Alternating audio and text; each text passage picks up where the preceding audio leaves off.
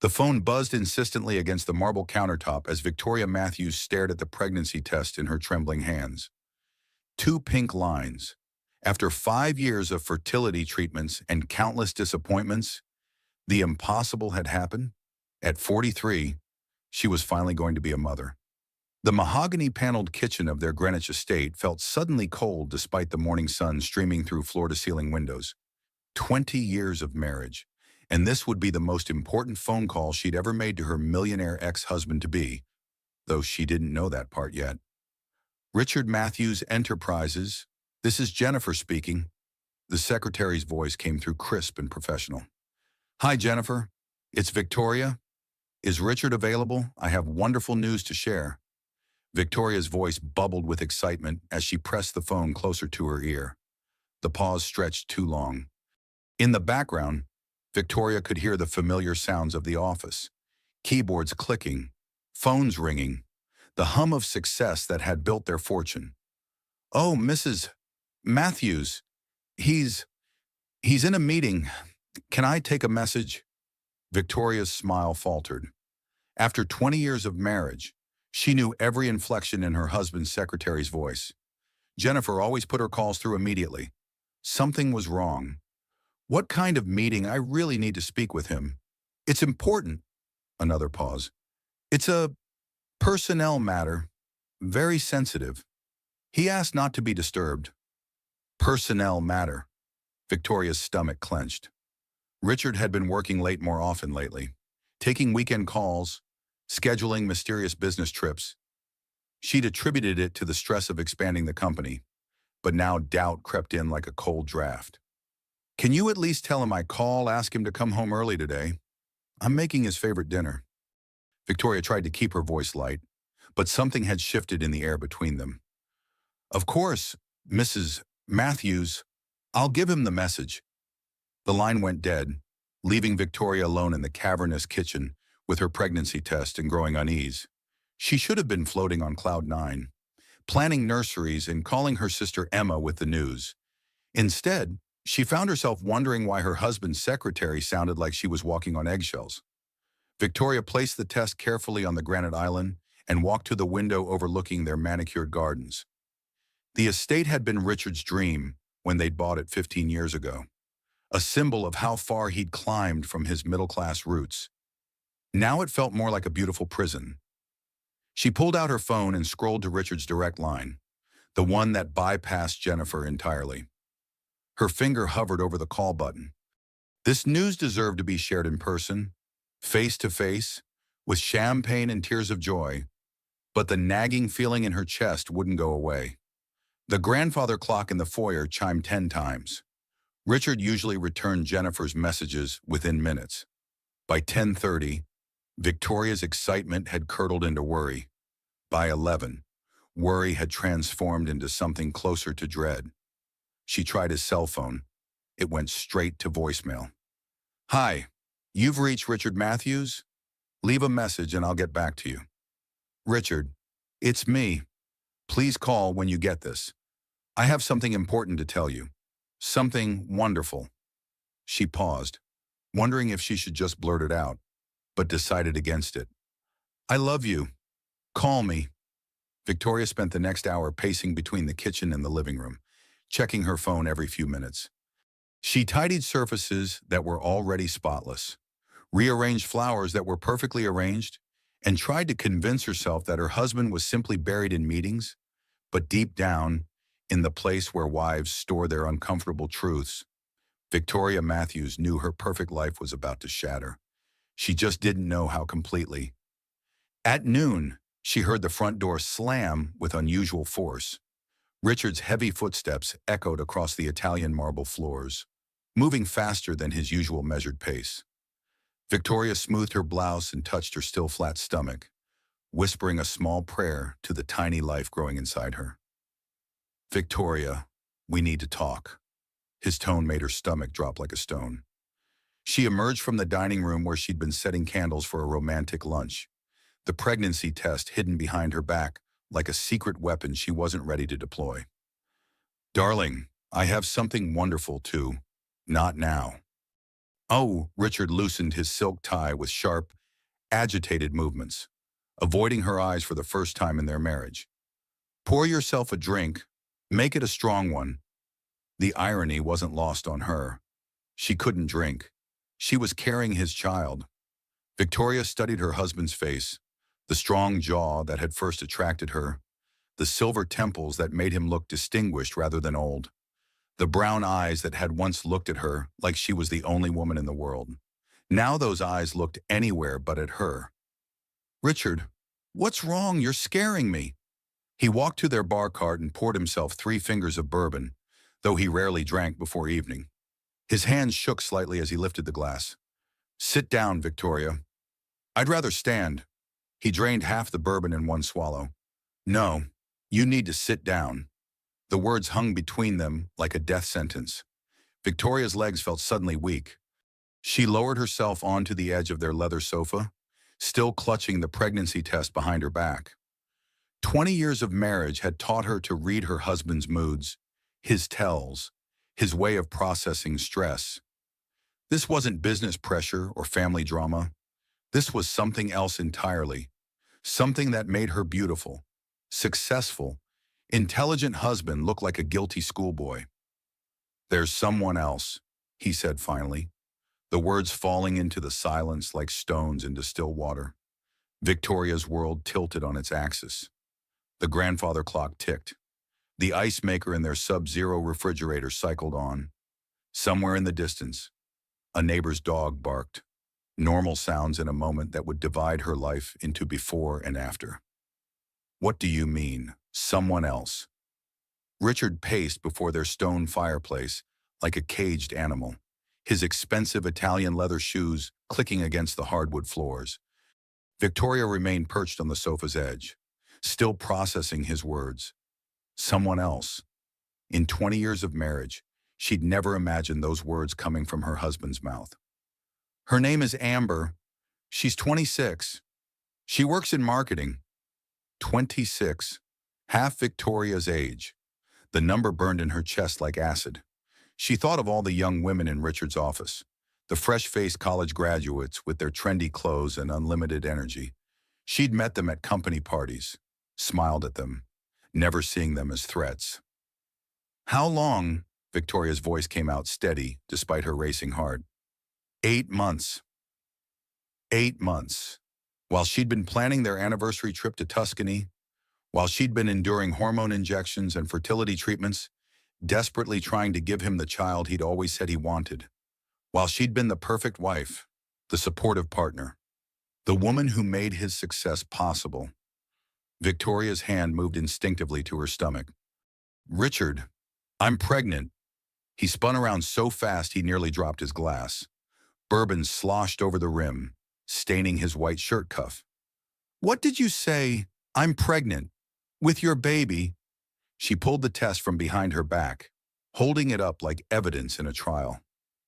The fertility treatments worked. We're finally going to have the family we always talked about. His face went white, then red, then something close to gray. He set down his glass with unsteady hands and sank into the armchair across from her. For a moment, Victoria allowed herself to hope.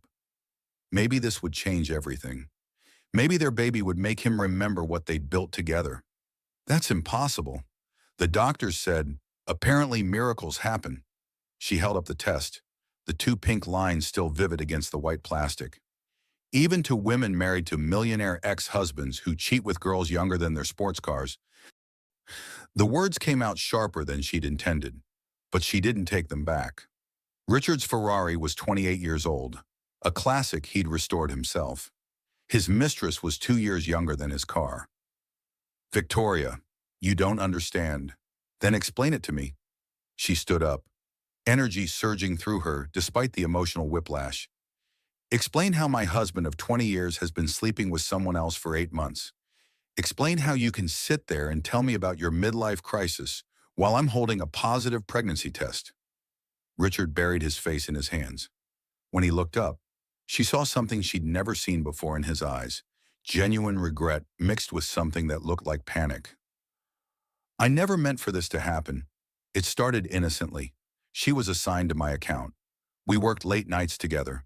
She reminded me of you when we first met. When we first met, I was 23 and you were 35. Is that what this is about? You want to relive your glory days? That's not fair. Fair. Victoria's voice rose despite her efforts to stay calm. You want to talk about fair? I've spent 20 years building your career, hosting your clients, managing your household, being your perfect accessory. I put my own dreams on hold so you could chase yours. And now, when I'm finally pregnant with the child we've wanted for years, you tell me you're having an affair with someone young enough to be our daughter. She's not that young. She's 26. Richard, when she was born, we were already dating. When she was learning to walk, we were getting married. When she was in elementary school, I was having my first miscarriage.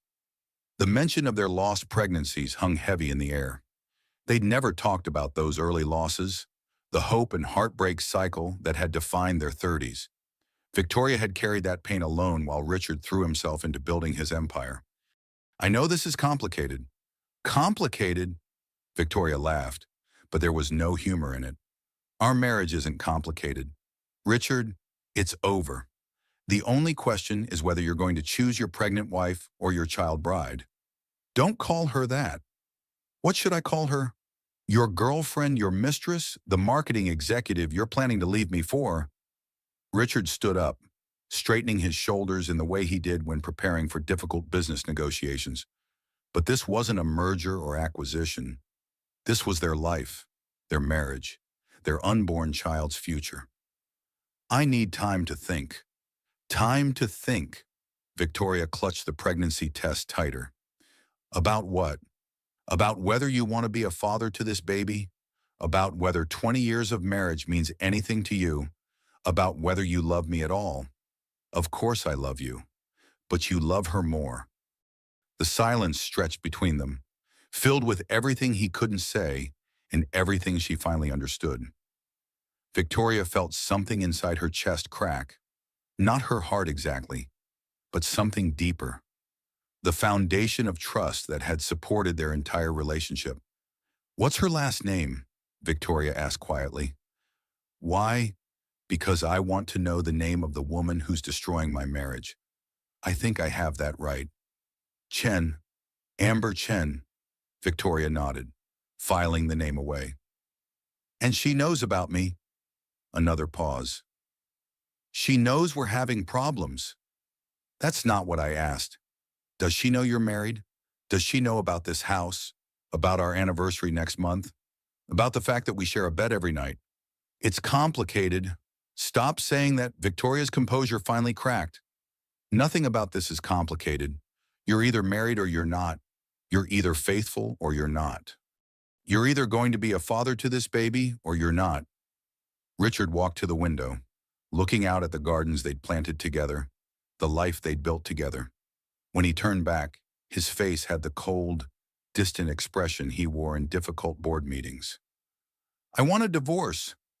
The words hit Victoria like physical blows.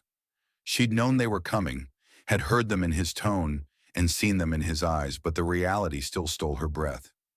While I'm pregnant, we can work out the details. You'll be well provided for. The baby, too. How generous of you. Victoria stood up slowly, her legs unsteady. Tell me something, Richard. When you were planning this conversation, did you think I'd just gracefully step aside? Did you think I'd make this easy for you?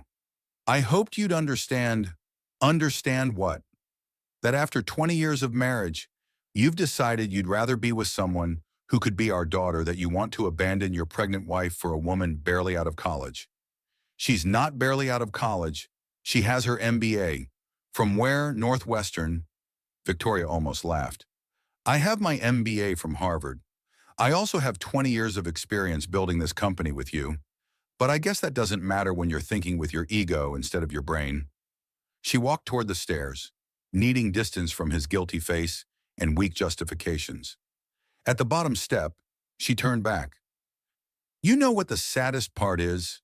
Richard, I was so happy this morning. For the first time in years, I felt like everything was finally falling into place. We were finally going to have the family we dreamed about. Victoria, don't, just don't. She held up her hand to stop him. I need to think about what's best for this baby.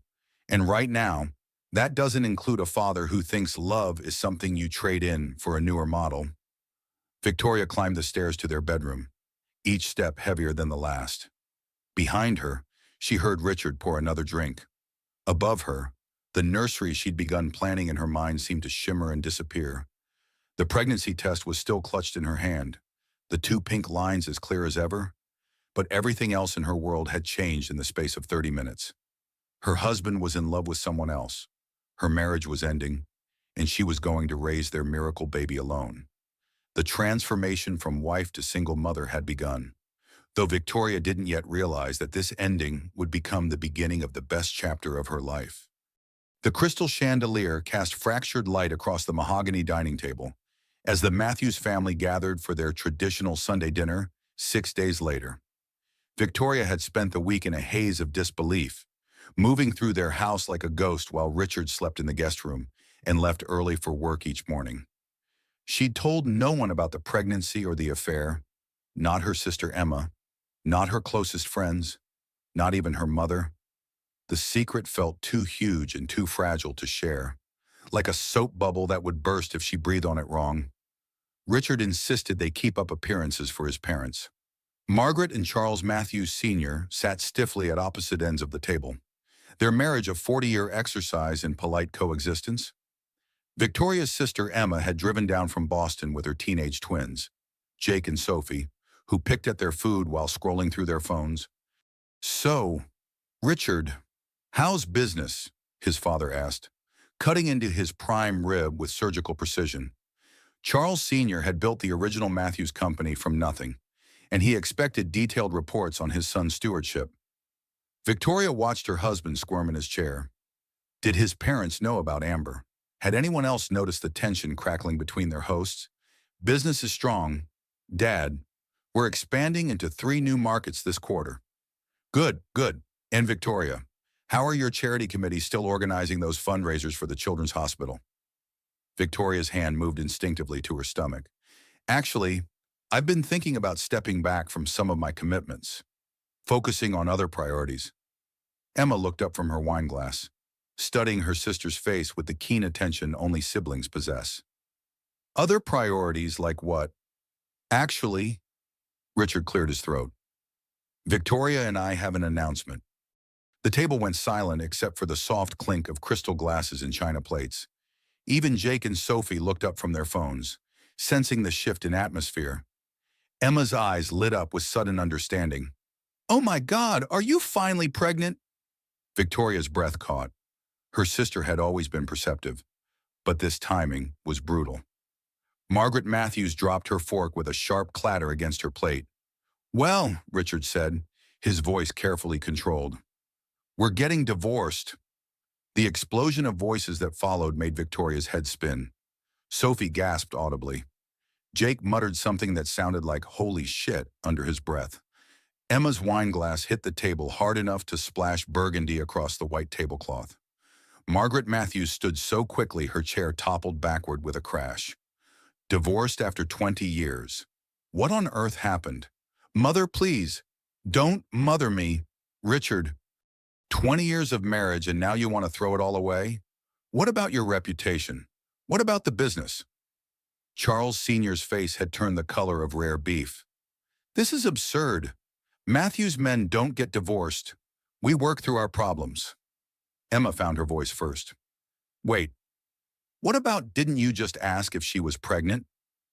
Victoria looked around the table at the faces of Richard's family, people she'd considered her own family for 2 decades. Margaret with her perfectly coiffed silver hair and disapproving frown. Charles with his stern businessman stare. Emma with her concerned brown eyes. The twins looking like they'd rather be anywhere else. "Victoria's pregnant," Richard continued, dropping the second bombshell like he was reading quarterly earnings. "But we're still getting divorced." The silence that followed was deafening. Margaret's face went through several color changes before settling on a shade of white that matched the tablecloth. Emma's mouth fell open. Charles Sr. reached for his bourbon with shaking hands. Pregnant. Margaret's voice came out as a whisper. At your age, how irresponsible. Something snapped inside Victoria. She'd spent 20 years being the perfect daughter-in-law, biting her tongue through Margaret's passive-aggressive comments and thinly veiled criticisms. Not anymore. The mess, Margaret, isn't my pregnancy. The mess is your son sleeping with his 26-year-old employee while his wife was taking fertility drugs to give him the child he claimed to want. The words fell into the dining room like grenades. Emma's wine glass shattered as it hit the floor. Sophie made a sound like a wounded animal. Even Jake looked up from his phone with genuine shock. Margaret gripped the edge of the table. 26, Richard. Tell me this isn't true. Mother, it's complicated. Complicated. Charles Sr.'s voice boomed across the room. You're having an affair with someone younger than your nephew, Jake, who was 24 and working his first job out of college, looked mortified. Dude, that's seriously messed up. Language, Jake, Emma said automatically, but her attention was fixed on Victoria. Honey, are you okay? When did this happen? Last Monday, same day I found out about the baby. Victoria's voice came out steadier than she felt. Your brother-in-law decided to confess his 8-month affair right after I took a pregnancy test. 8 months. Margaret sank back into her chair. 8 months and we didn't know. None of us knew, Victoria said, except maybe Jennifer. His secretary has been covering for him. Emma stood up and walked around the table to put her arms around Victoria. Why didn't you call me? You've been dealing with this alone all week. I didn't know what to say. How do you tell people that your perfect marriage is actually a lie? Richard finally found his voice. It's not a lie. What Victoria and I had was real. This situation is just unfortunate timing. Unfortunate timing. Victoria pulled away from Emma's embrace and faced her husband directly. You call destroying our marriage and abandoning your pregnant wife unfortunate timing. I'm not abandoning anyone. We can work out custody arrangements. Custody arrangements? Margaret's voice rose to a near shriek. You're talking about custody of a child that isn't even born yet. A child whose mother you're divorcing for some girl barely out of diapers. She's not barely out of diapers. Mother, she's a successful marketing executive with an MBA. From where? Charles Sr. demanded. Northwestern. Northwestern. Margaret looked like she might faint. You're leaving your Harvard-educated wife for someone from Northwestern. Victoria almost smiled despite everything. Trust Margaret to turn infidelity into academic snobbery. Emma sat back down heavily. I can't process this. Victoria, you're going to be a single mother at 43.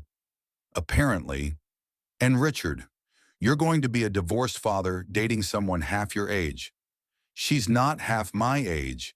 She's closer to half than she is to your age, Sophie pointed out with the brutal honesty of a 17-year-old. That's like mathematical fact. Jake nodded. Yeah, Uncle Rich. This is pretty gross. Like, my girlfriend is older than your girlfriend. Richard's face flushed red. This isn't about age. It's about compatibility, about finding someone who understands me. Someone who understands you. Victoria's composure finally cracked completely. I understood you when you were nobody. I understood you when you were working 80-hour weeks to build this company. I understood you through every failure, every setback, every moment of doubt. But apparently understanding isn't enough when there's a prettier, younger option available. Margaret was fanning herself with her napkin. I need my pills. Charles, get my pills. What pills? Emma asked with concern. My heart medication. This stress is too much. Victoria looked around the table at the wreckage of what had been a normal family dinner 15 minutes ago. Crystal glass sparkled on the floor. Wine stained the white tablecloth like blood.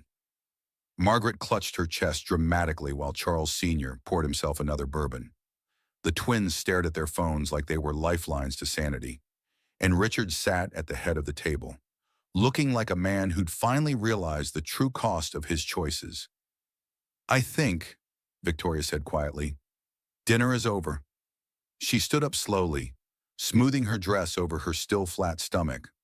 The baby flutter she'd felt earlier seemed stronger now, as if her unborn child was responding to the emotional chaos.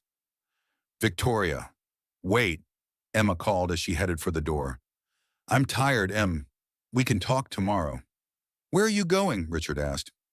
Victoria paused at the threshold of the dining room, looking back at the scene of destruction. "Home, or what's left of it." As she climbed the stairs to her bedroom, she could hear the family behind her dissolving into arguments and recriminations. Margaret's voice cut through the chaos. "How could you do this to us, to her, to yourself?" Victoria closed the bedroom door and leaned against it, finally allowing herself to feel the full weight of what had just happened. Her marriage wasn't just ending privately, it was ending publicly, messily, with witnesses and collateral damage. But for the first time in a week, she didn't feel alone. Emma would stand by her. Even Richard's own family was appalled by his behavior. And somewhere in the voices downstairs, she heard something that surprised her. They were defending her, not him. The Women Supporting Women network she didn't even know she needed was already forming around her. Monday morning arrived gray and drizzling, matching Victoria's mood as she drove her Mercedes through Manhattan traffic toward Richard's office building. She'd never visited his workplace unannounced in 20 years of marriage. It had seemed unnecessary, intrusive, a violation of the professional boundaries that kept their relationship balanced. But nothing about their relationship was balanced anymore. The 42nd floor of the glass tower overlooked Central Park, its floor-to-ceiling windows offering a commanding view of a city that suddenly felt foreign to Victoria. Richard's office occupied the corner, a testament to his success and power. Jennifer's desk sat like a fortress outside his door, perfectly organized and strategically positioned to control access to the man who'd become Victoria's millionaire ex-husband in everything but legal documentation. "Mrs. Matthews." Jennifer looked up from her computer screen, her usually perfect composure cracking like ice on a warm day. "I wasn't expecting you." Jennifer Kim had worked for Richard for 3 years, a 20-something graduate from Columbia with impeccable credentials and even more impeccable discretion. She was pretty in an understated way. Sleek black hair, designer glasses, clothes that whispered expensive rather than shouting it. Victoria had always appreciated her professionalism and efficiency. Today, Jennifer looked nervous. "How long have you known, Jennifer?" The secretary's carefully composed expression shattered completely. "Known what? About Amber?" Jennifer's hand stilled on her keyboard. Her eyes darted toward Richard's closed office door, then back to Victoria's face. The guilt was written there as clearly as words on a page. "Mrs. Matthews, I'm so sorry. I wanted to tell you, but what your loyalty is to your paycheck." "No!" Jennifer's voice came out sharper than intended, drawing looks from other employees in the open workspace beyond. She lowered her voice to a whisper. "It's not like that. This situation is more complicated than you know." Victoria moved closer to the desk, her voice equally quiet but infinitely more dangerous. "Then uncomplicate it for me." Jennifer glanced around the office, then gestured toward a small conference room.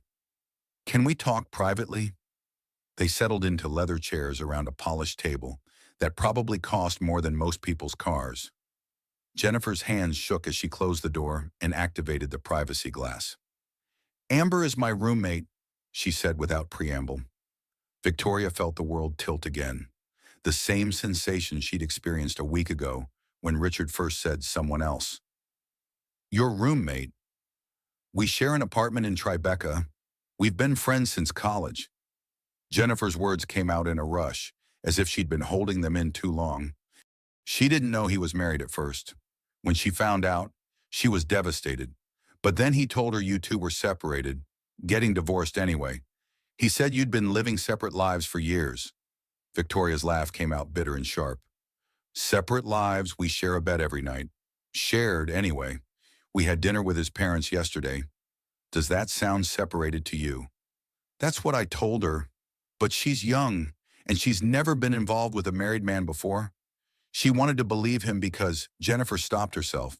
Because what? Because she loves him. The words hung in the climate-controlled air like a toxic cloud. Victoria absorbed the information, adding it to the growing list of betrayals that defined her new reality. "Show me," Victoria said quietly. "Show you what?" "The evidence, the photos, the texts, whatever proof you have that my husband has been living a double life." Jennifer pulled out her phone with trembling fingers. "Mrs. Matthews, maybe you shouldn't. I need to see it. All of it." The first photo made Victoria's stomach lurch. Richard and Amber at Del Posto, the Italian restaurant where he'd proposed to Victoria 21 years ago. They were sharing tiramisu, his hand covering hers across the white tablecloth. Amber was laughing at something he'd said, her face bright with the kind of joy Victoria remembered from her own early days with Richard. "When was this taken?" 2 months ago. It was their 6-month anniversary. 6-month anniversary. While Victoria was planning their actual anniversary trip to Tuscany, Richard was celebrating a different milestone with someone else. Jennifer swiped to the next photo. Richard and Amber at their cabin in the Hamptons, the weekend retreat Victoria had helped design and decorate. Amber wore a flowing white dress that caught the sunset light, looking like a bride in a romantic movie. Richard's arm was around her waist, his expression tender and protective. "He took her to our cabin, multiple times. She thinks it's his bachelor pad." More photos followed in a devastating slideshow. Richard and Amber at charity galas where Victoria should have been by his side. At Broadway shows Victoria had wanted to see.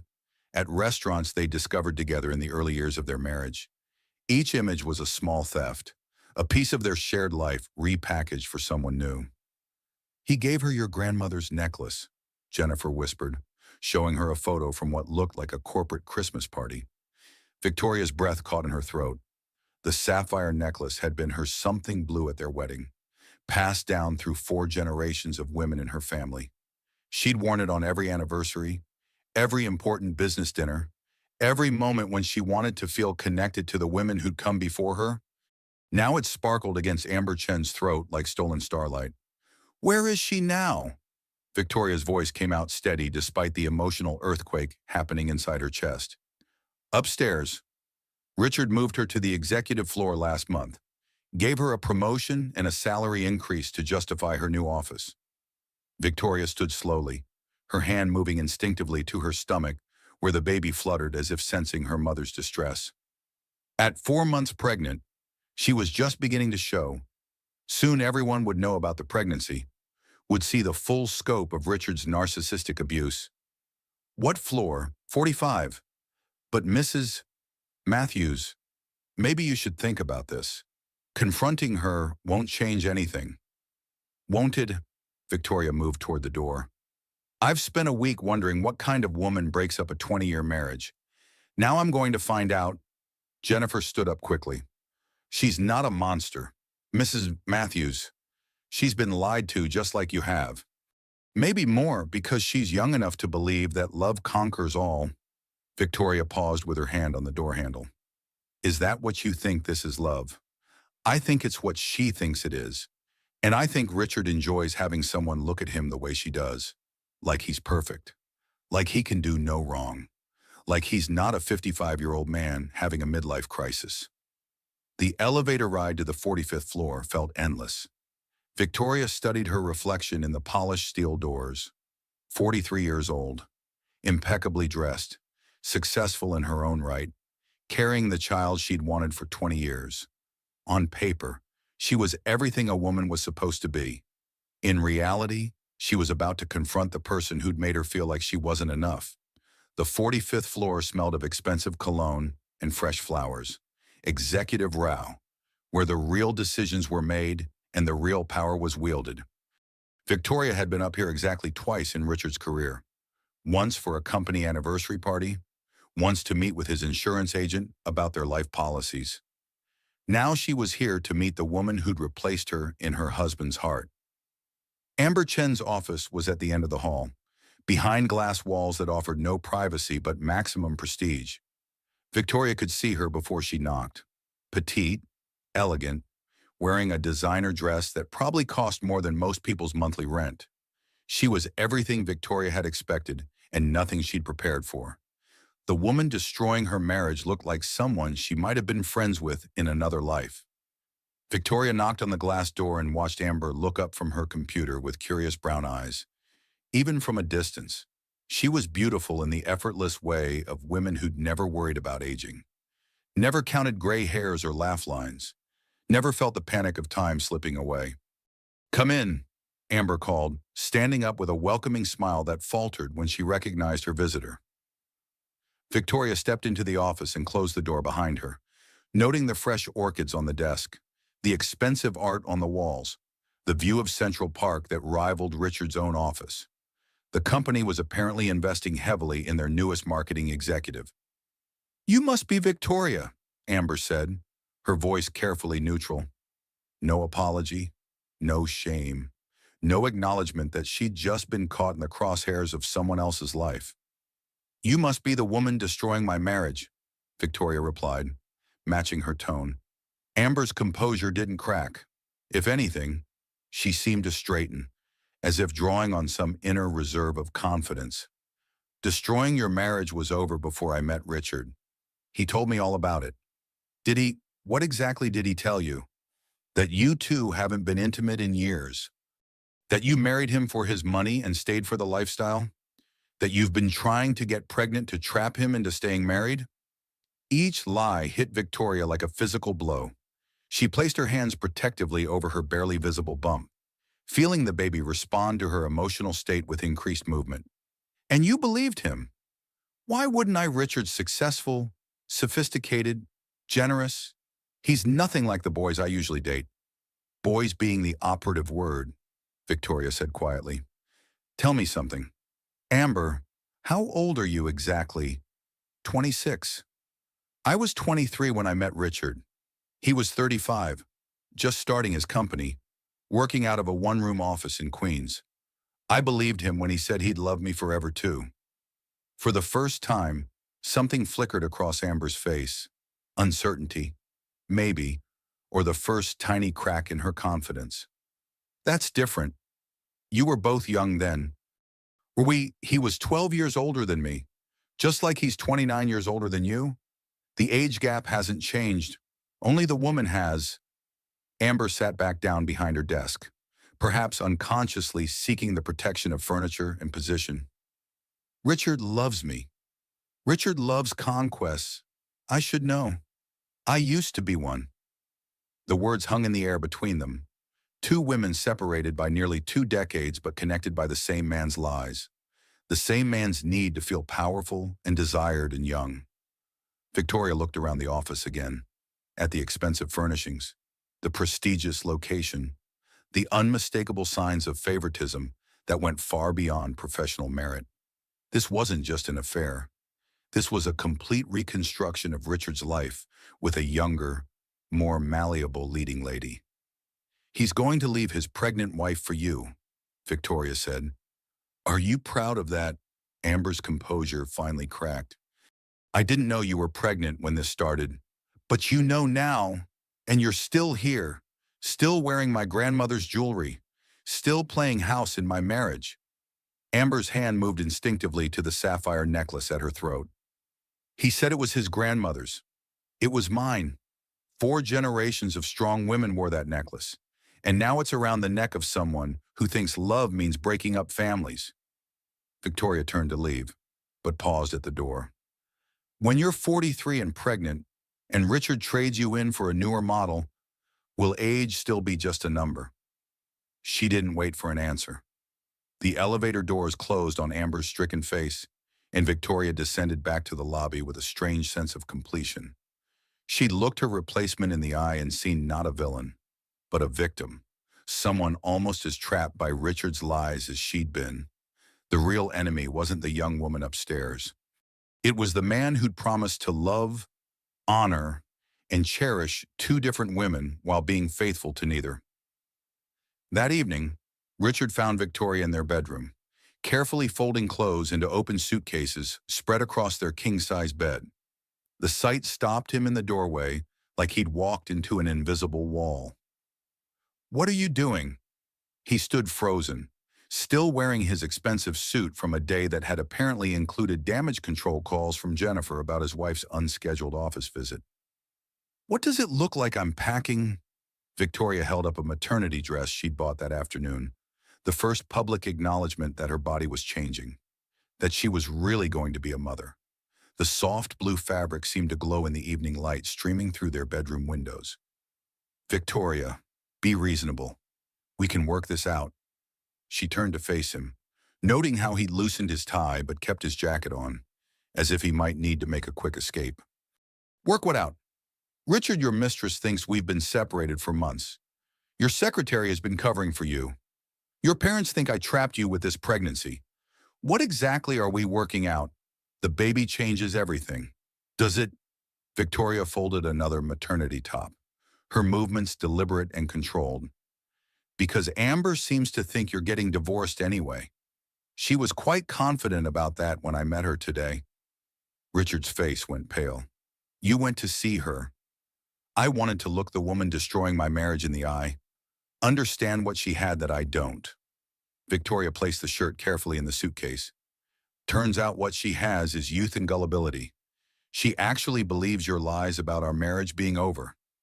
"They weren't lies, really, because I was under the impression we were trying to have a baby together. I was under the impression we were planning our 20th anniversary trip to Tuscany. I was under the impression we shared a bed every night and a life every day. Was I wrong about all of that?" Richard sat heavily on the edge of the bed, suddenly looking older than his 55 years. The silver at his temples that had always made him look distinguished now just made him look tired. "I never meant for it to happen this way." "How did you mean for it to happen?" Victoria's voice carried 20 years of suppressed frustration. "Were you going to divorce me before or after I gave birth to your child? Before or after our anniversary? Before or after you finished stealing all the meaningful moments from our marriage to give to someone else? I was confused. Let me help you get unconfused." Victoria closed the suitcase with a sharp snap.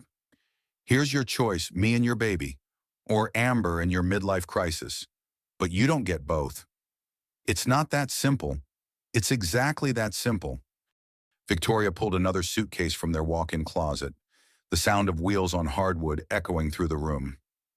"I've spent 20 years making things complicated for your benefit, navigating your moods, supporting your ambitions, sacrificing my own goals so you could achieve yours. I'm done being complicated." Richard watched her pack with growing panic. "Where will you go?" "Emma's, initially. Then I'll figure out something more permanent." Victoria folded a silk blouse, thinking of all the business dinners and charity events where she'd worn it while playing the perfect CEO's wife. "The baby and I will be fine." "You can't just take my child." "I'm not taking your child. I'm taking my child. The child I've wanted for 20 years while you were building your empire.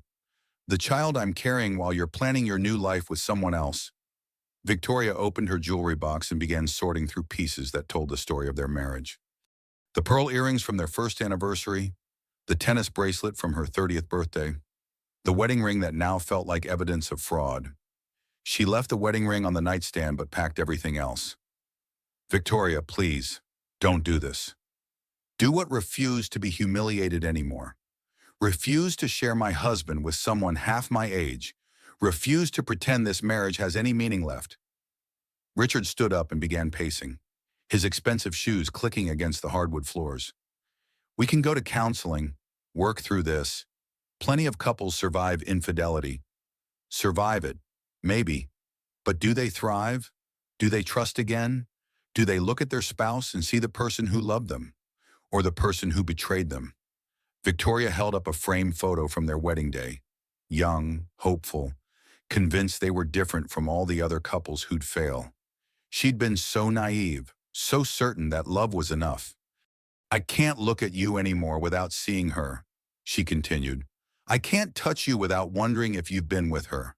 I can't listen to you say you love me when I know you've been saying the same words to someone else."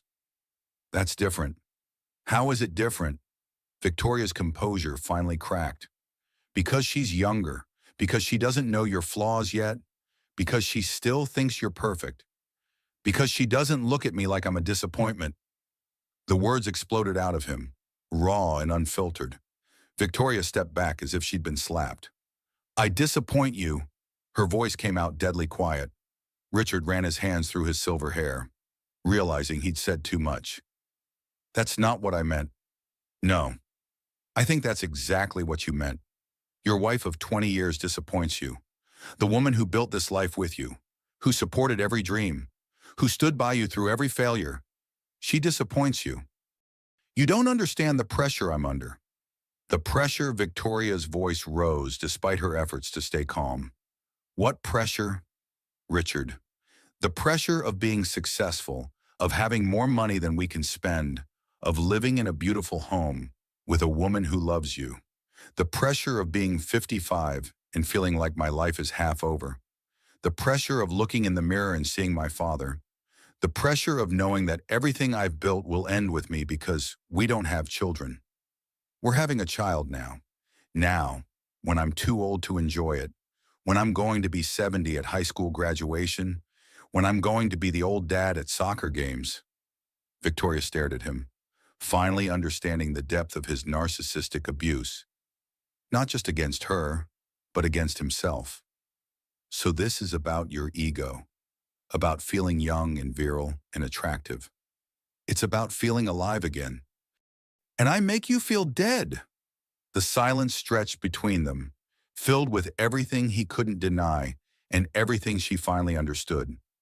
Victoria felt something inside her chest settle into place. Not peace exactly, but clarity. You know what, Richard? You're right. You are too old to be a father to this baby. Not because of your age, but because of your maturity level. A real man doesn't abandon his pregnant wife for someone young enough to be his daughter. She zipped the second suitcase and pulled it off the bed. I'm going to raise this child to be better than you, to understand that love isn't something you trade in when it gets complicated, to value character over convenience. Victoria, wait. No. She picked up her purse and car keys from the dresser. I've waited 20 years for you to become the man I thought I married. I'm done waiting. At the bedroom door, she turned back one last time. Richard sat on their bed surrounded by the remnants of their shared life. Photo albums, jewelry boxes, the detritus of 2 decades together. When you're planning your wedding to Amber, she said quietly, remember that she's going to be 43 someday too. And when that happens, there will be another 26-year-old ready to make her feel like a disappointment. Victoria walked out of the bedroom and down the stairs for the last time as Richard Matthews' wife. Behind her. She could hear him calling her name, but she didn't turn around. The transformation from martyr to free woman had begun, though Victoria wouldn't understand the true gift of Richard's betrayal until much later.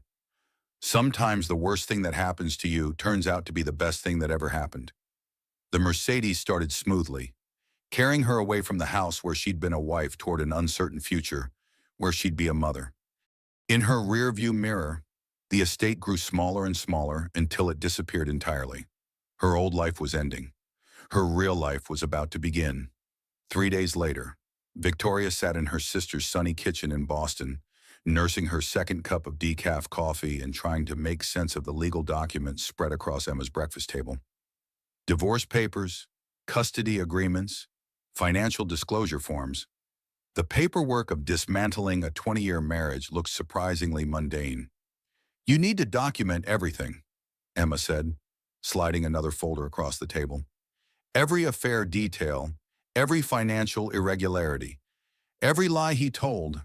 Massachusetts is a no-fault state, but when there's this much money involved, evidence of misconduct matters. Emma's law degree from Boston University had been gathering dust since she'd chosen to be a stay-at-home mom 15 years ago, but her legal mind was sharp as ever. She'd spent the last 3 days researching divorce law and calling in favors from former classmates who specialized in high-asset cases. I have photos, Victoria said, thinking of Jennifer's devastating slideshow. Dates, locations, credit card receipts probably. But Emma, I don't want to destroy him. I just want to be free. Honey, he's the one who chose destruction when he started sleeping with his employee. You're just protecting yourself and your baby. Victoria's phone buzzed against the wooden table. Jennifer's name appeared on the screen, and Victoria felt her stomach clench. Any communication from Richard's office could only mean complications. Mrs. Matthews, I hope it's okay that I'm calling your personal number. Of course, Jennifer. What's wrong? I need to see you. There are things you should know before the divorce proceedings start. Things about Amber, about Richard's finances, about how long this has really been going on. Victoria looked at Emma, who was already reaching for her car keys. Can you come to Boston? I'm staying with my sister.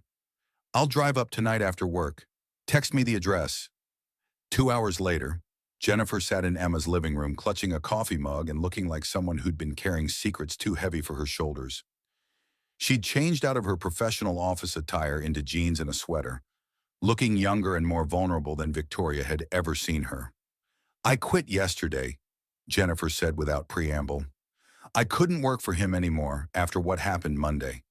After seeing what he put you through. You didn't have to do that.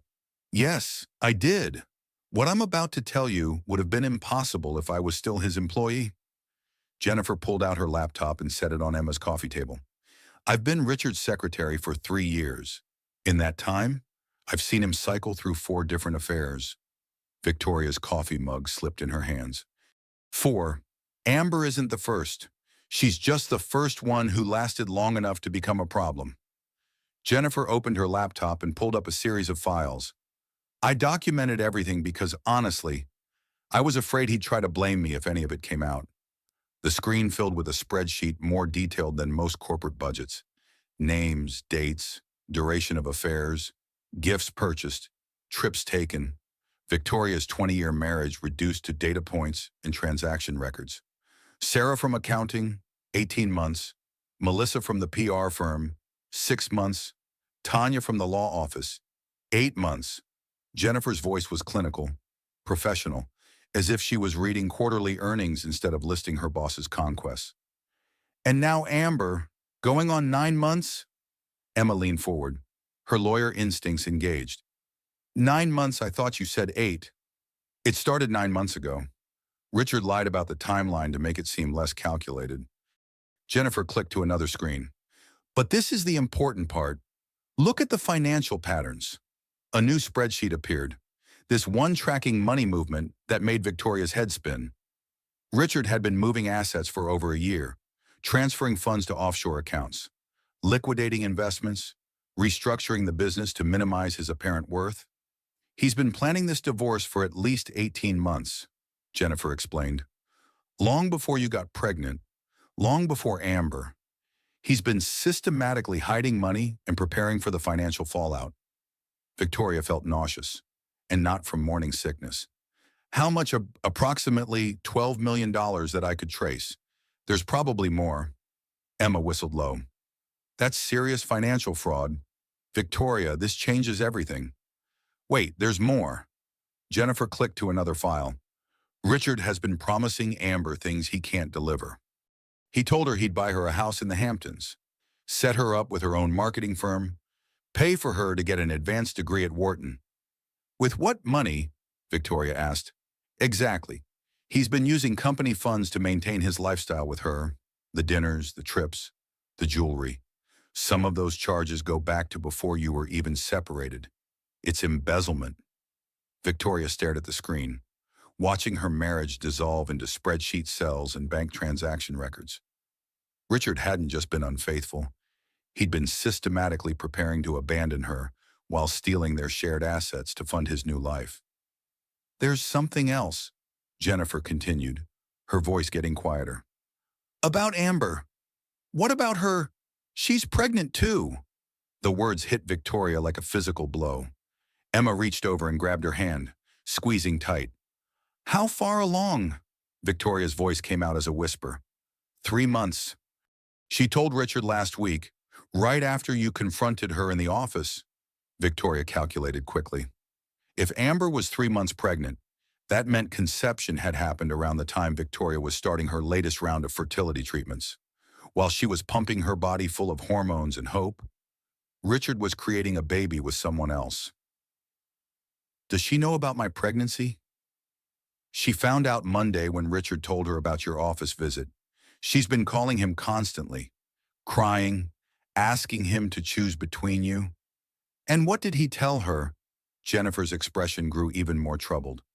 He told her he'd file for divorce immediately and marry her before either baby is born. Victoria felt something crack inside her chest. Not her heart this time, but something deeper. The last vestige of respect she'd held for the man she'd loved for 20 years. So we're both pregnant by the same man, who's promising both of us a future while secretly stealing money to fund his escape plan. Victoria's voice sounded strange to her own ears, too calm for the magnitude of what she was processing. That's about the size of it, Jennifer confirmed. Emma stood up and began pacing, her legal mind working through implications. Victoria, this is criminal fraud, wire fraud, embezzlement, probably RICO violations if he used the business to hide assets. You could have him arrested. I don't want him arrested. I want him gone. Then you use this information to negotiate the divorce settlement of the century, Emma said firmly. He's committed multiple felonies. The threat of prosecution will make him very cooperative. Victoria looked at the evidence spread across her sister's coffee table. Bank records, photographs, detailed transaction logs, email printouts. The complete destruction of everything she'd believed about her marriage, laid out in neat columns and rows. Jennifer, why are you doing this? Why are you helping me instead of protecting your employer? Jennifer closed her laptop and met Victoria's eyes directly. Because I watched him lie to you for 3 years. Because I covered for him when you called looking for him and he was with other women. Because I've been complicit in narcissistic abuse and I can't live with that anymore. What will you do now? I'm starting my own virtual assistant business, helping women who are starting over, building new lives. Emma gave me the contact information for some of the women in your divorce support group. Victoria looked between Jennifer and Emma, seeing the beginning of something that would become much larger, a network of women supporting women through major life transitions. The idea had been percolating in her mind since the family dinner disaster, but now it was taking concrete shape. What if we did this together? Victoria said slowly. What if we started a consulting firm specifically for women over 40 who are rebuilding their lives, divorce support, career transitions, financial independence coaching? Emma stopped pacing. You're talking about starting a business while you're pregnant and going through a divorce. I'm talking about turning my worst experience into something that helps other women avoid the same mistakes. Richard spent 20 years making me financially dependent on him. I'm never going to be in that position again. Jennifer smiled for the first time since she'd arrived. I know at least 50 women who would be your first clients. Victoria looked around Emma's living room, at the legal documents, the evidence of Richard's betrayal, the laptop full of proof that her marriage had been a lie. Then she looked at the 2 women who dropped everything to help her rebuild. Sometimes the worst thing that happens to you introduces you to the people who will help you become who you're meant to be. The Women Supporting Women Network wasn't just an idea anymore. It was becoming a reality, built on the ashes of a marriage that had needed to end for everyone to find their true selves. 2 weeks later, Victoria found herself sitting across from Amber Chen in a small cafe near Columbia University, a neutral location chosen carefully to avoid any connection to Richard's world. The meeting hadn't been Victoria's idea. Amber had called Jennifer, who'd called Victoria, setting up a chain of communication that felt like espionage. Amber looked different away from her corporate office. Smaller, somehow, and definitely pregnant. The slight swell of her belly was visible beneath her casual sweater, a mirror of Victoria's own changing body. 2 women, both carrying the same man's children, meeting like diplomats from warring nations. Thank you for coming, Amber said quietly, her hands wrapped around a mug of herbal tea.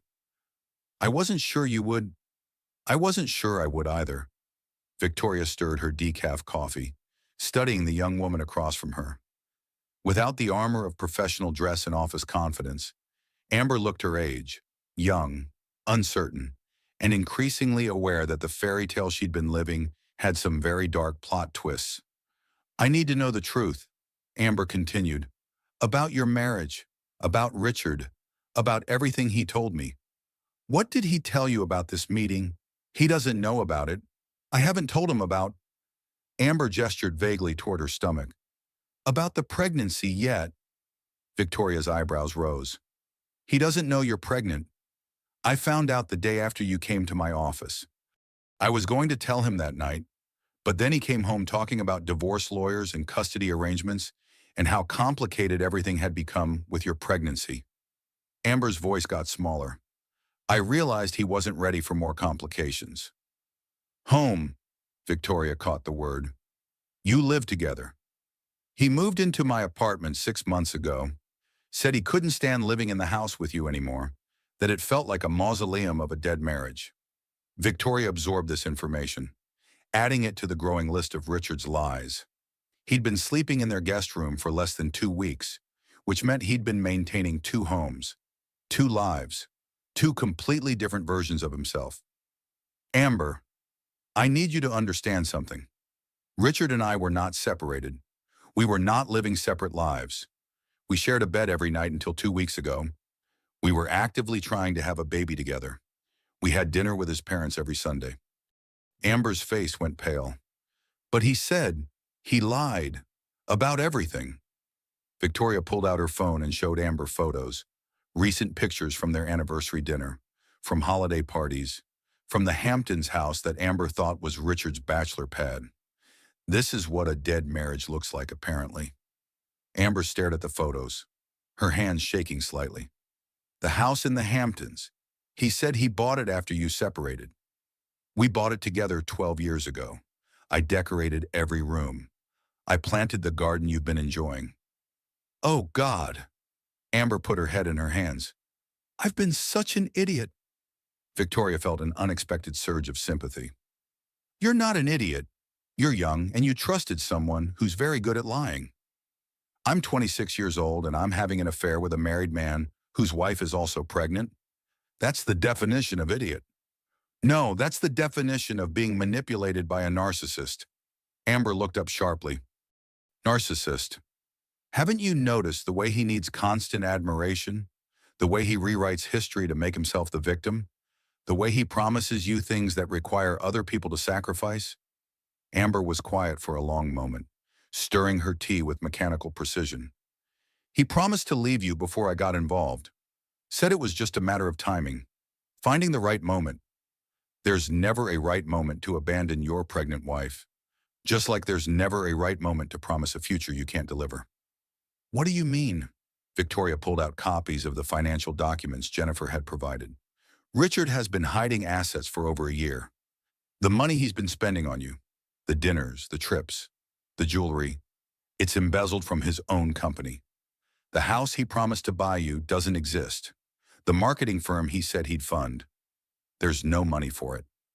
Amber read through the documents, her expression shifting from confusion to understanding to horror. He's been stealing from his own business. Yeah, which means from both of us. Ultimately, both of us. I'm half owner of Matthews Enterprises. Every dollar he's stolen from the company is a dollar stolen from my assets too. Victoria leaned back in her chair. The question is, what are you going to do about it? Amber was quiet for several minutes, processing information that was clearly reshaping her understanding of the last 9 months. I thought I was in love with a successful businessman who was trapped in a loveless marriage. Turns out I'm the other woman for a thief who's been lying to everyone. That's a pretty accurate summary. Victoria, I need you to know, if I had understood what was really happening, I never would have gotten involved. I'm not someone who destroys marriages, but you are someone who destroys marriages. Amber, we all are. When we make choices based on what we want to believe instead of what we know to be true. Amber flinched at the blunt assessment. That's harsh. It's honest. You saw the wedding ring on his finger. You met his secretary who obviously knew about me. You went to his house and saw evidence of a woman's presence everywhere, but you chose to believe his explanations because they made you feel better about what you were doing. You're right. Amber's voice was barely above a whisper. I chose to believe him because I wanted the fairy tale to be real. I did the same thing for 20 years, believed his explanations for working late, for secretive phone calls, for business trips that didn't quite add up.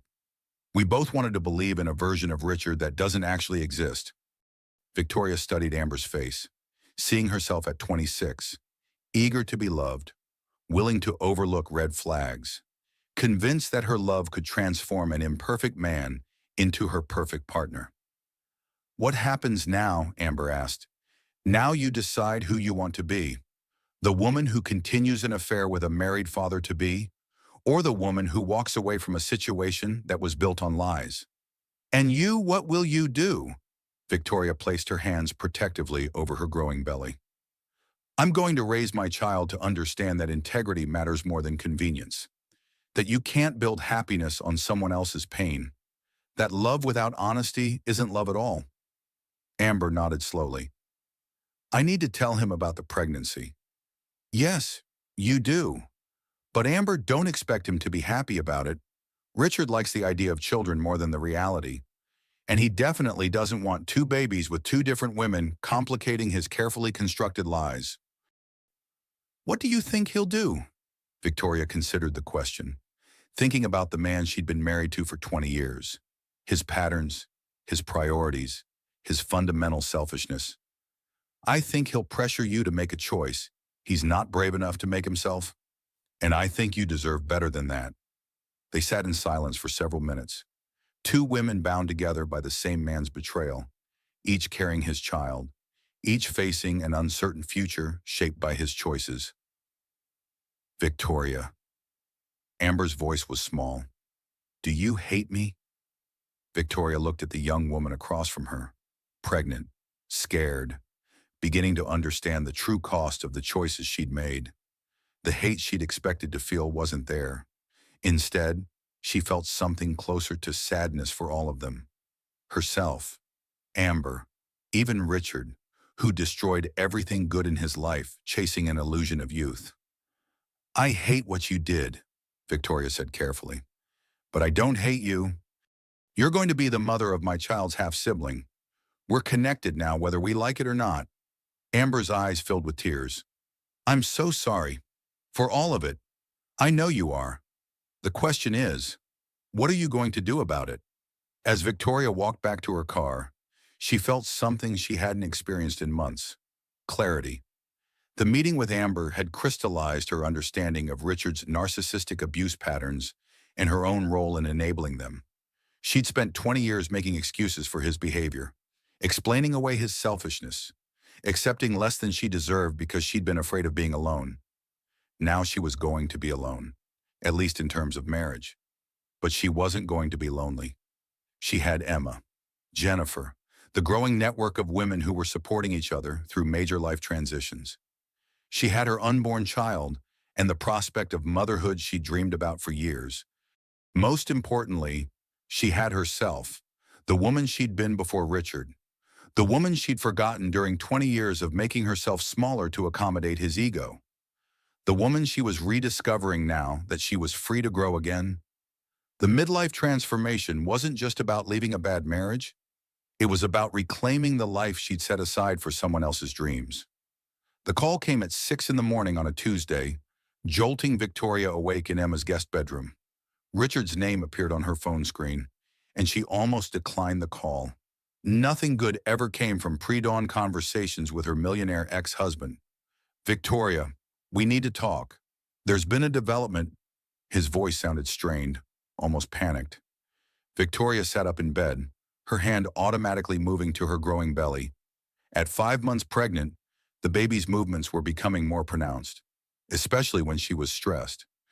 What kind of development? Amber's pregnant? Victoria closed her eyes. Even though she'd known this was coming, Jennifer's intelligence had prepared her for this moment, but hearing it from Richard still felt like a punch to the gut. How far along? 3 months. She just told me last night. Victoria did the math again. confirming what she already knew. Richard had gotten both of them pregnant within weeks of each other, while lying to both about his intentions and his circumstances. "Congratulations," she said flatly. "I'm sure you're thrilled to be having two babies with two different women. Victoria, please, this complicates everything.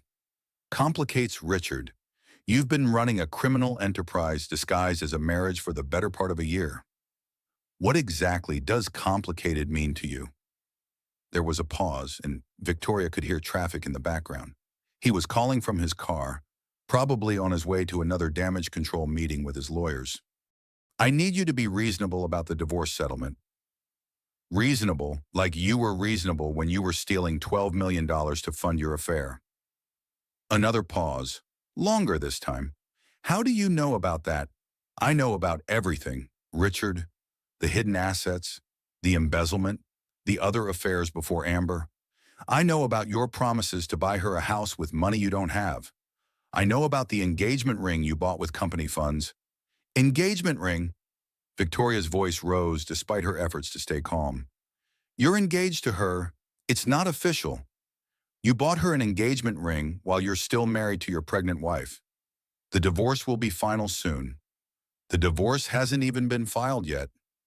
Victoria got out of bed and began pacing Emma's guest room, her bare feet silent on the hardwood floors. Through the window, she could see her sister in the kitchen making coffee, preparing for another day of supporting her sister through the worst period of her life.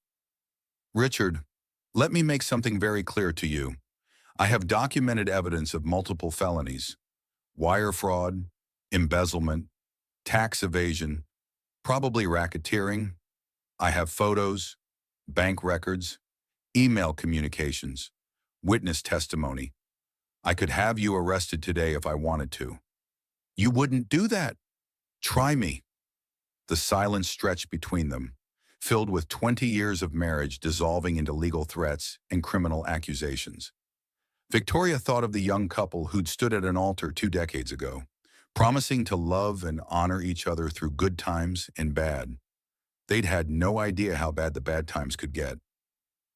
"What do you want?" Richard asked finally. "I want you to stop lying. To me, to Amber, to yourself. I want you to face the consequences of your choices instead of trying to manipulate everyone else into making those consequences disappear." "That's not practical." "Then here's something practical. Full custody of our child. 70% of all marital assets, including the hidden ones. Alimony for 10 years. Complete financial transparency going forward. And you pay for all legal fees. 70% Victoria. That's ridiculous. 40% would have been reasonable if you'd been honest about wanting a divorce. 70% is the price of fraud and embezzlement. 80% is the price if I have to involve federal prosecutors." Victoria ended the call and sank into Emma's guest room chair, adrenaline coursing through her system. The baby responded to her elevated heart rate with increased activity, as if sensing that major changes were coming. Her phone buzzed immediately. A text from Richard. "We need to meet in person. Today." Victoria typed back, "My lawyer's office. 2 p.m. Bring your attorney and your accountant." The response came quickly. "Just us. Please." "No. Those days are over." 2 hours later, Victoria sat in her attorney's conference room with Emma beside her and Jennifer across the table. Having officially joined their emerging consulting firm as chief operating officer, Patricia Kellerman, Victoria's divorce attorney, was a 60-year-old woman with silver hair and a reputation for extracting maximum settlements from cheating husbands. Richard arrived with his legal team: 2 attorneys, an accountant, and a financial advisor. He looked older than Victoria had ever seen him, with dark circles under his eyes and the slightly rumpled appearance of a man whose carefully constructed world was collapsing. "Before we begin," Patricia said, "my client wants it understood that she has evidence of multiple criminal activities. We're prepared to negotiate a settlement that avoids federal prosecution, but only if we reach terms that adequately compensate Mrs. Matthews for the financial and emotional damages she suffered." Richard's lead attorney, Harold Weinstein, shifted uncomfortably. What kind of evidence? Jennifer opened her laptop and began projecting financial records onto the conference room's large screen. Bank transfers, credit card statements, investment transactions, a paper trail that mapped Richard's systematic theft of marital assets. $12.3 million moved to offshore accounts over the past 18 months, Patricia continued. Company funds used for personal expenses related to extramarital affairs, false financial disclosures to banks and tax authorities, wire fraud across state lines. Harold whispered something to Richard, who nodded grimly. What are you asking for? Harold said. 70% of all assets, including hidden accounts. Full custody with supervised visitation rights. 10 years of alimony. Mr. Matthews pays all legal and investigative costs. Complete financial transparency going forward. That's outrageous. That's generous, Patricia interrupted. The alternative is federal prosecution and civil asset forfeiture. Your client would lose everything and spend the next decade in federal prison. Victoria watched Richard's face as the reality sank in. The man who'd spent 20 years building an empire had destroyed it in 18 months of selfish choices. The successful businessman had become a white-collar criminal. The husband and father-to-be had become a defendant. I need to speak with my client privately, Harold said. While the attorneys huddled in the hallway, Victoria studied Richard across the conference table. He looked defeated, diminished, like a man who'd finally run out of lies and manipulations. Was any of it real? She asked quietly. The marriage, the love, the life we built together. Richard met her eyes for the first time in weeks. It was real for me. Maybe not healthy, maybe not honest, but real. Then why did you destroy it? Because I was scared. Scared of getting old. Scared of dying without having really lived. Scared of looking back with regrets. So instead, you created different regrets. Bigger ones. Yeah. Richard's voice was barely audible. I'm sorry, Victoria. For all of it? Victoria placed her hands on her belly, feeling their child move in response to her emotional state. I'm not the one you need to apologize to. This baby is going to grow up knowing their father chose his midlife crisis over his family. Amber's baby is going to grow up knowing their father was married to someone else when they were conceived. Those are the apologies you need to make. The attorneys returned, and Harold's expression told the story before he spoke. We accept the terms with two modifications. 65% of assets instead of 70, and visitation rights without supervision after the first year, assuming no further legal issues. Patricia looked at Victoria, who nodded slowly. Agreed, but Mr. Matthews signs a morality clause. Any further criminal activity, any violation of the custody agreement, any attempt to hide assets, and he forfeits all parental rights. Done, Harold said quickly, before Richard could object. Victoria stood up, her hand still resting on her growing belly.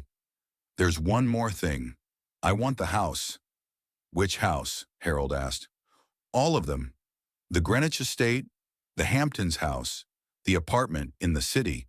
I helped build this empire, and I'm keeping the real estate? Richard's face flushed red. Victoria, that's everything. That's what you should have thought about before you decided to become a criminal. Patricia began drafting final terms while the financial experts calculated exact asset divisions. Victoria watched her marriage dissolve into legal language and dollar amounts. 20 years reduced to contractual obligations and court orders. Victoria, Richard said as they prepared to leave, what will you tell our child about me? The truth, that you were capable of great love and terrible choices, that you built something beautiful and then destroyed it because you were afraid of growing old, that you're human and flawed, and their father, and Amber. Victoria considered the question. That's between you and her, but Richard. She deserves better than lies and promises you can't keep. Both of your children deserve better. As Victoria left the law office, she felt the weight of 20 years lifting from her shoulders. The woman who'd entered that conference room was still legally married to Richard Matthews. The woman who left was free to become whoever she wanted to be. 6 months later, Autumn leaves crunched under Victoria's heels as she walked through Central Park. Her daughter, Sarah Elizabeth Matthews, sleeping peacefully in her carrier. Motherhood at 44 wasn't easy, but it was transformative in ways Victoria had never expected. Every sleepless night, every diaper change, every tiny smile reminded her what unconditional love really felt like. Not the conditional approval she'd received from Richard, but the pure, uncomplicated connection between mother and child. Her phone buzzed with a text from Jennifer. Board meeting at 3. Sarah Chen wants to discuss the new office space. Victoria smiled at the name. Amber had legally changed her last name after Richard's latest disaster. Apparently, being engaged to 2 different women simultaneously while married to a third had finally opened her eyes to his character flaws. She'd left him when she was 6 months pregnant, taking her MBA and her hard-earned wisdom to start fresh. The consulting firm that had begun as an idea in Emma's living room now occupied 2 floors of a renovated brownstone in Brooklyn. Phoenix Rising Life Transition, consulting for women over 40, had grown from 3 founding partners to 15 employees in less than a year. Victoria's specialty was financial independence coaching, helping women understand their assets, identify hidden accounts, negotiate fair divorce settlements. Emma handled the legal consultations, reviewing contracts and connecting clients with appropriate attorneys. Jennifer managed operations and client relationships with the efficiency she'd honed during her years enabling Richard's lies. And Amber, now Sarah Chen, having reclaimed her mother's maiden name, ran their marketing and business development with the passion of someone who'd learned firsthand how devastating financial dependence could be. Mrs. Matthews. A voice interrupted Victoria's thoughts as she entered their office building. A woman in her late 40s stood near the reception desk, clutching a manila envelope and looking lost. I'm Victoria. How can I help you? My name is Linda Morrison. I heard about your firm through a friend. I think my husband is having an affair, and I don't know what to do. Victoria recognized the expression on Linda's face, the same confusion and devastation she'd felt that morning 6 months ago when she'd called Richard's office with news of her pregnancy. The same desperate hope that somehow this was all a misunderstanding. Let's talk in my office, Victoria said gently. Sarah can watch the baby. 30 minutes later, Linda Morrison's story spilled out in familiar patterns. A successful businessman husband, mysterious late nights, credit card charges that didn't make sense, a secretary who seemed nervous when Linda called. The details were different, but the underlying narcissistic abuse was identical. I feel so stupid, Linda said, dabbing at her eyes with tissues. I should have seen this coming. You're not stupid. You're human. We want to trust the people we love, even when the evidence suggests we shouldn't. What did you do when you found out about your husband? Victoria thought about the question, remembering the woman she'd been 6 months ago, financially dependent, emotionally devastated, convinced her life was ending because her marriage was over. I gathered evidence. I documented everything. I built a support network. And most importantly, I stopped making excuses for his behavior. But how did you find the strength to leave?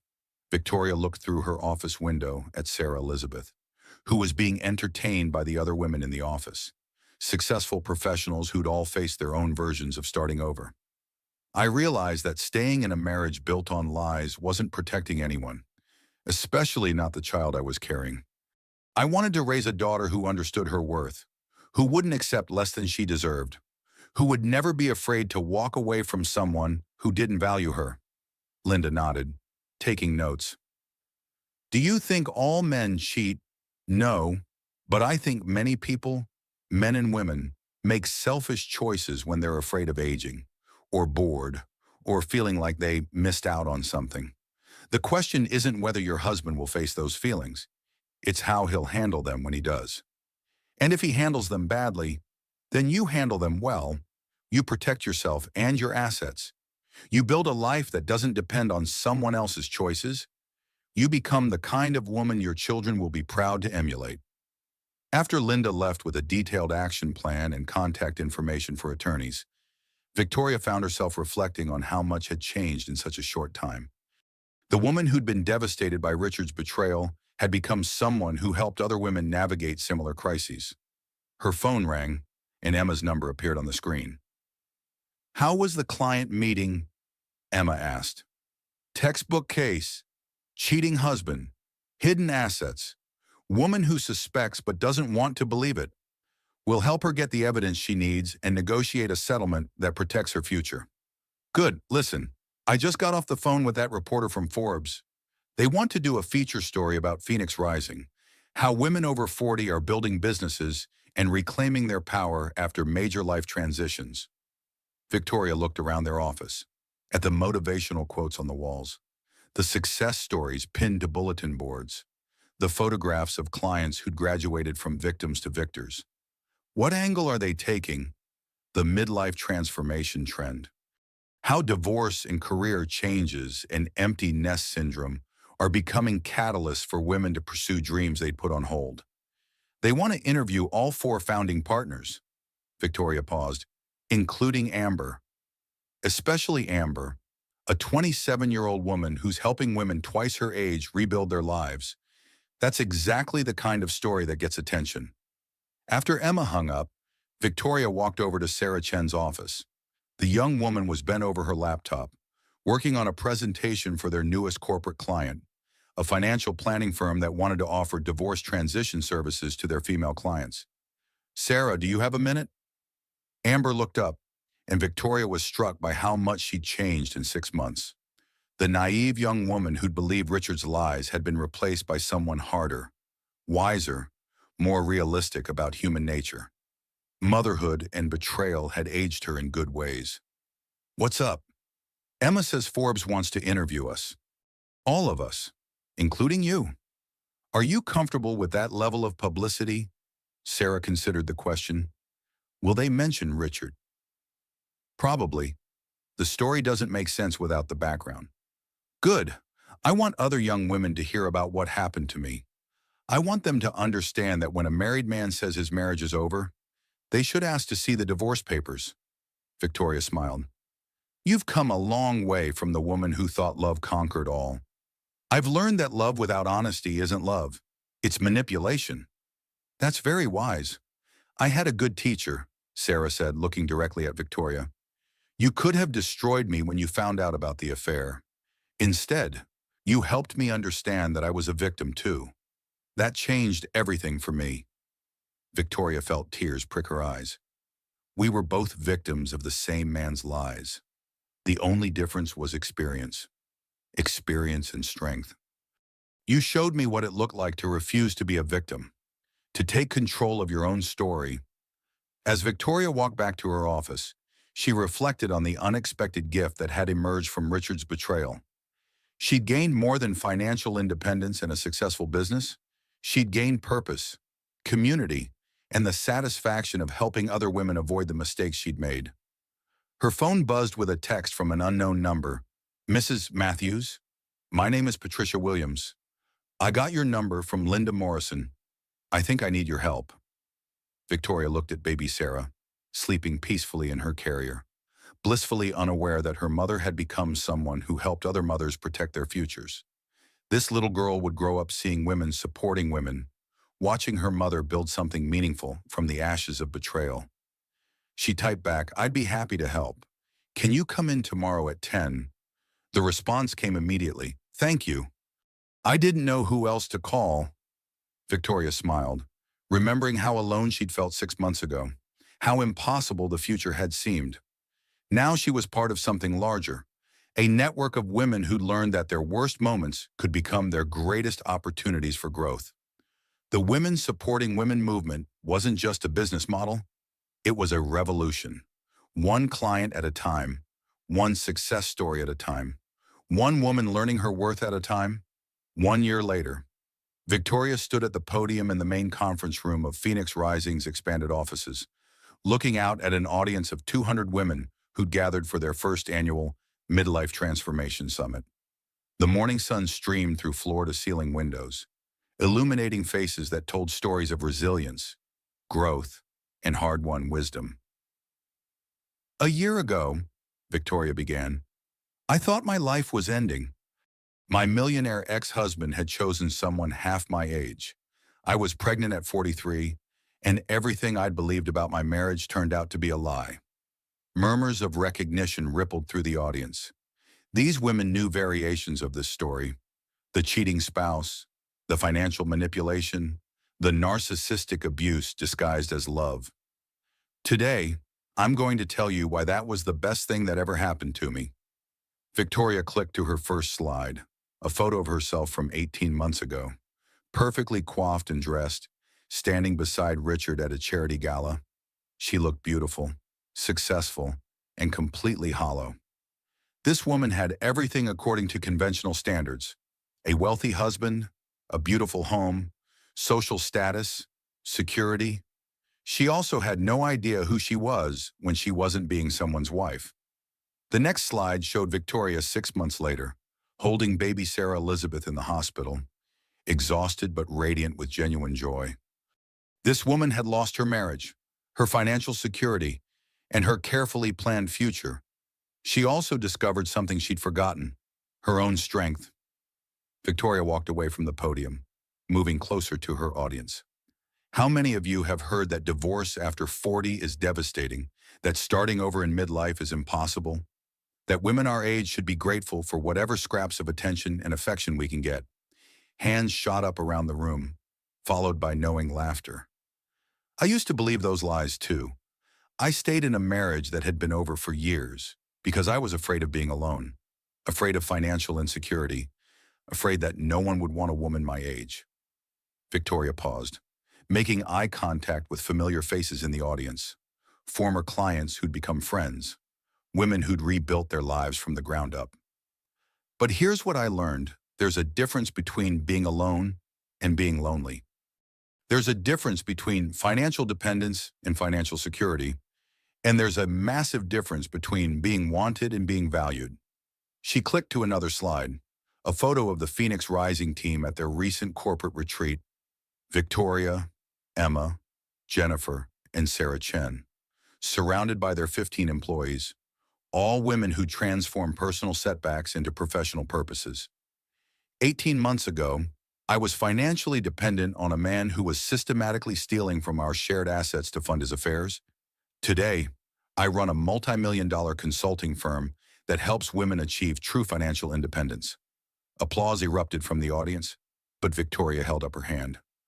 I'm not telling you this to brag. I'm telling you this because if someone had told me 2 years ago that my husband's betrayal would lead to the most fulfilling chapter of my life, I would have thought they were insane. Victoria moved to the center of the room, speaking without notes now, drawing on emotions that were still raw enough to be authentic. The night Richard told me about his affair, I was holding a positive pregnancy test. I thought I had everything I'd ever wanted: a baby, a successful husband, a secure future. But what I actually had was an illusion built on someone else's lies. She gestured toward the back of the room, where Sarah Elizabeth played quietly in a corner with 2 other toddlers, children of Phoenix Rising employees who'd built a company culture that supported working mothers.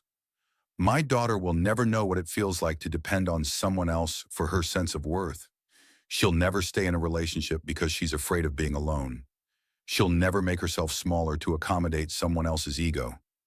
Victoria's voice grew stronger, more passionate, because she's growing up watching her mother and her chosen aunts build something meaningful together. She's seeing women supporting women, not competing for male approval. The audience was completely silent now, leaning forward in their chairs. Last month, Richard's second wife, yes, he married Amber 6 months after our divorce was final, filed for divorce herself. Apparently, he'd started another affair with someone at their country club. The pattern repeats because the man never changes. Victoria clicked to her final slide, a group photo from Sarah Elizabeth's first birthday party. Victoria was surrounded by the Phoenix Rising team, clients who'd become friends, Emma's teenagers, and a dozen other children who called her Aunt Victoria. This is my family now. Not the family I planned, but the family I chose and built. Every woman in this photo has faced a major life transition: divorce, career change, empty nest syndrome, financial crisis, health challenges. Every single one of them thought they were starting over. But you know what we discovered? Victoria paused, looking around the room at faces that reflected her own journey. We weren't starting over. We were starting fresh. We were finally becoming who we were meant to be when we stopped trying to be who someone else needed us to be.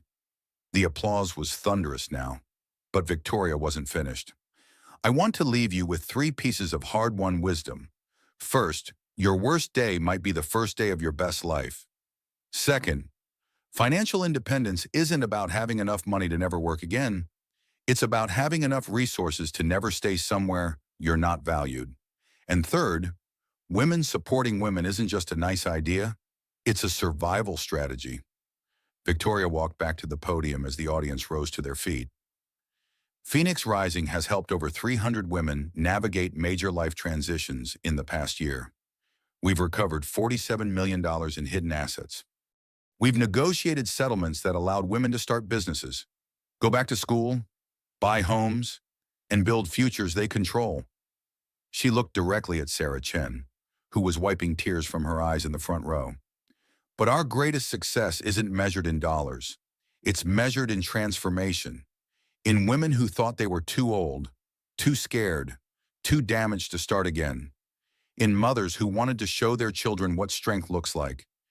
In women who decided they'd rather be alone than undervalued. Victoria's voice dropped to nearly a whisper, but the room was so quiet everyone could hear her. A year ago, I thought my husband's betrayal was the worst thing that could happen to me.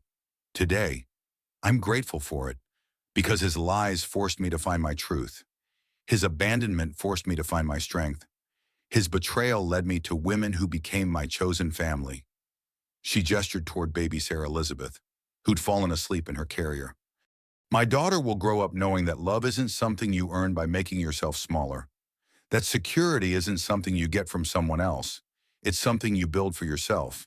That the best relationships are partnerships between whole people, not desperate arrangements between broken ones.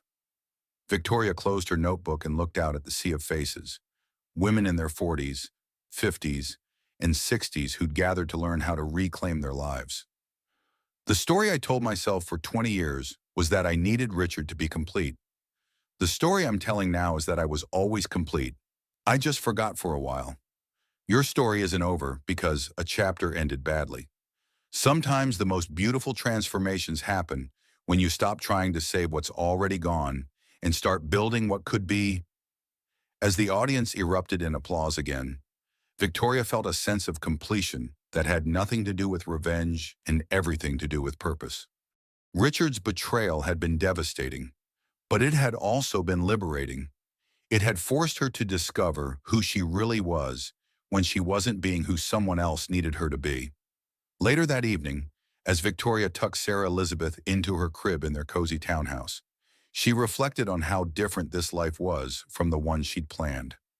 The Greenwich estate had been sold to fund the business. The country club memberships had been canceled.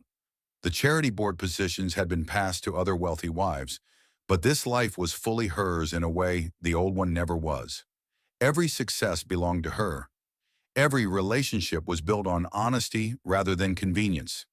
Every day was lived authentically rather than performed perfectly. Her phone buzzed with a text from Emma. "Amazing presentation today. I'm proud of who you've become." Victoria typed back, "I'm proud of who we've all become." Because that was the real transformation, not just individual healing, but collective strength. The Women Supporting Women Network had become more than a business strategy.